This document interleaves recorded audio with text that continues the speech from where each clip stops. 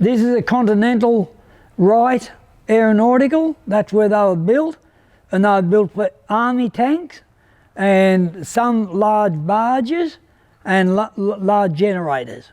They're a similar motor to the aircraft motor, not quite the same. The carburettor is different. The aircraft had Bosch magnetos on it. This carburettor will not go upside down.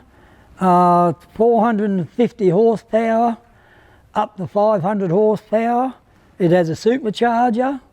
It is a 9-cylinder, and it runs on gasoline, 80 octane, 90 octane. It uses 3 litres a minute of fuel at 1800 revs.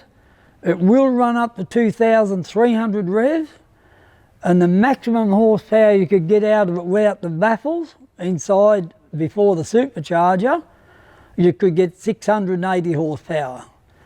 It has got a 24 volt starting motor, and it's also got inertia so you can turn it over before you actually start it to make sure there's no oil on the bottom cylinders.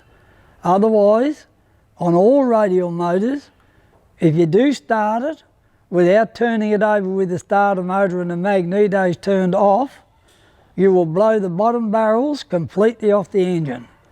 The oil will not compress that's leaked down through the pistons. So all radial motors, doesn't matter what make they are, whether Hercules, Continental, Pratt & Whitney, they've all got to be turned over with the magnetos turned off if they've been standing for over a week or a fortnight, because the oil gets on the bottom cylinders, drains down through the pistons, so you've got to shut them off, and you either turn it over with this inertia handle. I'll show you how I do that. Put it in there, and you turn that like that, and that gets the oil out of the bottom cylinders. Pushes it out into the barrels, onto the exhaust manifolds, and that's why all radial motors blow smoke when they first start, and it clears after a certain time. This motor was in 900 pieces when I got it, and I put it all together, and now it runs. It took me 2 years to assemble to get her running, and it actually runs terrific. It came off an M3 Army tank, yeah, American, USA.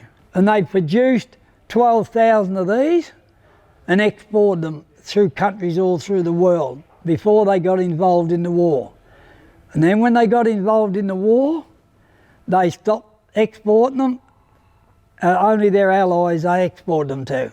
It was Belgium, Australia, England, surprisingly even Russia. They sent more to Russia, yeah.